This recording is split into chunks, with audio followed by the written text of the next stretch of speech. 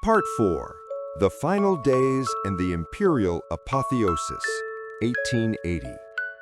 The Emperor's Daily Round and the Slow Decline. By the late 1870s, Emperor Norton was aging. His magnificent, albeit frayed uniform had seen 20 years of daily wear. The San Francisco climate, heavy with sea fog and relentless rain, had taken its toll. He was no longer the vigorous merchant prince. He was a frail old man, supported by the affection of his city. His daily rounds became slower, his steps more deliberate. He was a familiar, comforting fixture, like the clock tower on the ferry building. Yet he never ceased his duty. He would still walk to the telegraph offices, paying, or rather handing over a bond to, the clerks to dispatch his decrees to the White House, the Congress, or Queen Victoria. He would always walk through Chinatown, where he was particularly respected for his anti-racism stance. One of the great mysteries of his later life was the source of his impeccably clean, if old, attire. This feeds directly into the legend of the Secret Empress. The Secret Empress theory, the most enduring myth, suggests that a wealthy former lover or business associate, perhaps the Peruvian widow he claimed to have married, continued to live in San Francisco in obscurity. This woman, driven by love or guilt, funded a local tailor to discreetly maintain his uniform, ensuring he always had clean linen and a polished boot, a hidden, stable hand supporting the unstable fantasy. This theory perfectly satisfied the San Franciscans' desire for a romantic, hidden narrative to explain the inexplicable upkeep of their beloved pauper sovereign. The Last Decree, the Fate of the Serpent. The emperor's last recorded decrees were a final desperate plea for sanity in the national government. He continued to call for the construction of his beloved bridge and the establishment of an international body of peace. He remained focused on the Serpent of the Potomac, the U.S. government, which he viewed as a perpetual source of chaos. On January 7, 1880, the emperor made his final appearance at the California Academy of Sciences. He was attending a lecture on the state of global poverty, an ironically fitting final subject for the pauper monarch. The collapse on DuPont Street. The next evening, January 8, 1880, was cold and misty. The emperor was walking from his usual dinner spot on Commercial Street toward the Pacific Club. He reached the corner of California and DuPont Street, now Grant Avenue, when without warning he clutched his chest and collapsed onto the cobblestones. Two men rushed to his aid, a bank manager named Charles Koppel and a city police officer, Officer Joseph Diedrich.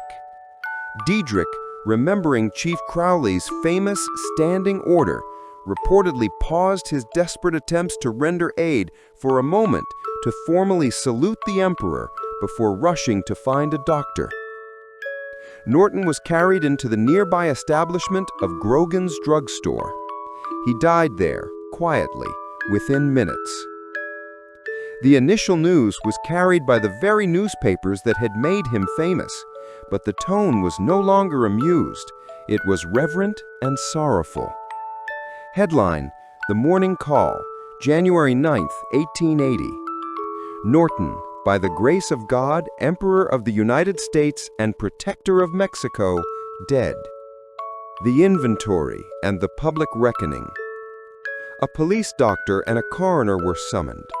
The official inventory of the effects found on the body of Emperor Norton was a stark, almost poetic testament to his life of chosen delusion. 1. A single English sovereign, $4.85 in his pocket. 2. A worn, nickel-plated police badge issued to him by the chief of police, granting him the freedom of the city. 3. A small bundle of his imperial bonds waiting for their 1880 redemption. 4. A collection of letters, the most poignant being the forged congratulatory letter from Queen Victoria and several deeply earnest letters addressed to the President of the United States. 5. A pair of badly deteriorated leather gloves. He died with less than $5 to his name. The city was ashamed and profoundly saddened by the stark reality of his passing. The official police report stating his cause of death as apoplexy or stroke and classifying his status as destitute was immediately and universally rejected by the citizens and the press. The funeral of a sovereign. The subsequent events proved that Norton was not a pauper, he was royalty in exile.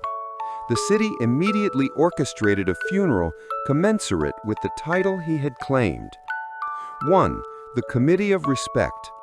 A wealthy group of city businessmen, including bankers, railroad magnates, and the former owners of the restaurants where he ate, formed a committee to ensure a funeral of dignity. 2. Lying in state. The emperor's body was laid in a costly rosewood coffin and placed in a viewing room in the undertaking parlor. Thousands filed past to pay their final respects. 3. The Grand Procession. On Sunday, January 10, 1880, the day of the funeral, over 30,000 people lined the streets of San Francisco. All businesses and saloons were closed out of respect.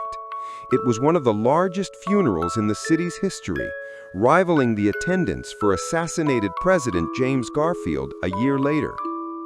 The procession included uniformed police, civic leaders, bankers, and thousands of ordinary citizens, including a large, somber delegation from the Chinese Benevolent Association, a powerful tribute to his stand against racism. He was initially buried in the Masonic Cemetery.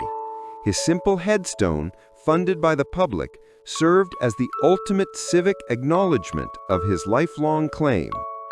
Norton I, Emperor of the United States and Protector of Mexico. The funeral was the city's final, ultimate endorsement. By mourning him as a monarch, they ratified his reign. They proved that in San Francisco, the collective belief of the people was a stronger source of sovereignty than the Constitution. Part 5. The Imperial Afterlife and Lasting Legacy, 1880 to present. The myth of the Imperial Bond. Following Norton's death, the legend of the Imperial Bonds grew. Although the due date of 1880 had arrived and passed just weeks before his death, the notes were never redeemed. Instead, they became even more valuable. Collectors, historians, and tourists bought up every surviving example. The notes serve as a tangible symbol of a beautiful paradox, a currency based entirely on faith and humor. They are a physical representation of the fact that the actual value of money is not in its metal content or its backing by a gold reserve, but in the collective agreement of the people who use it. Norton's money was real because his subjects agreed it was. The Reinterment, a permanent throne. In the 1930s, San Francisco began the process of moving its older cemeteries. The remains of Emperor Norton had to be exhumed and moved. This was another opportunity for the city to reaffirm his status. In 1934, Norton's remains were reinterred in the modern Woodlawn Memorial Park in Colma, California.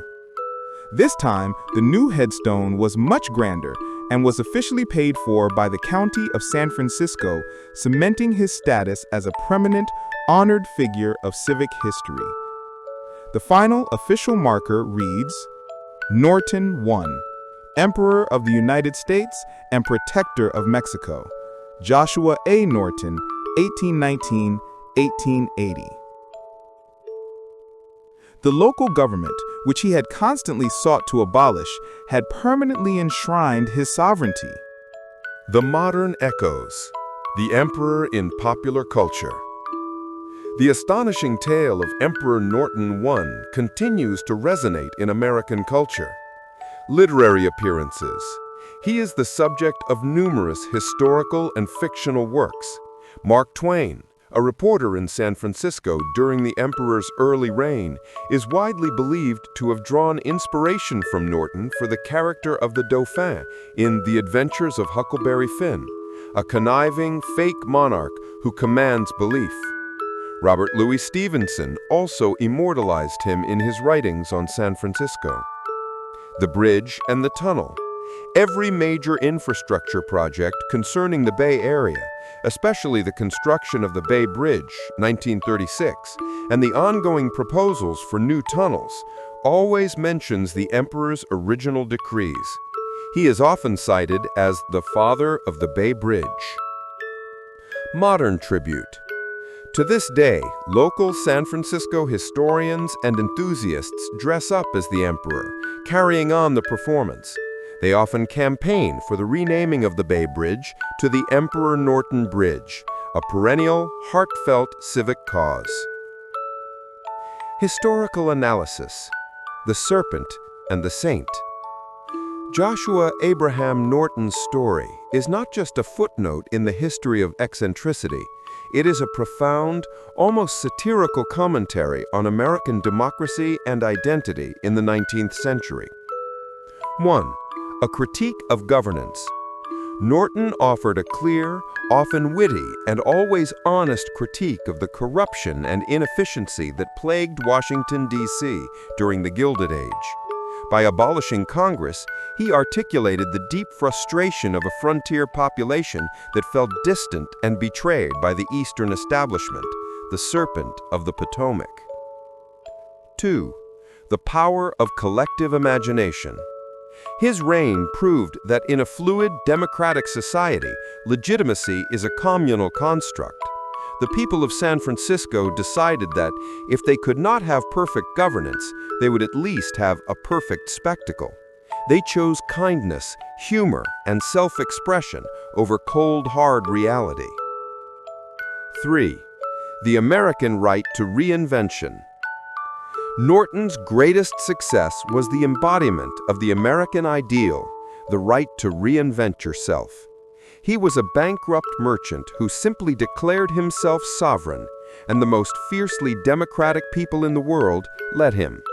He was the ultimate self-made man. He made his own kingdom. Emperor Norton I, the merchant prince who lost his mind over a bad rice deal, was in the end perhaps the sanest man in San Francisco. He traded a life of stressful, high-stakes commerce for a life of honored, absolute freedom, sustained by the profound, kind-hearted tolerance of his subjects. He remains a beloved, astonishing, and powerful symbol of American freedom, the freedom to be absolutely, magnificently mad and to be loved for it.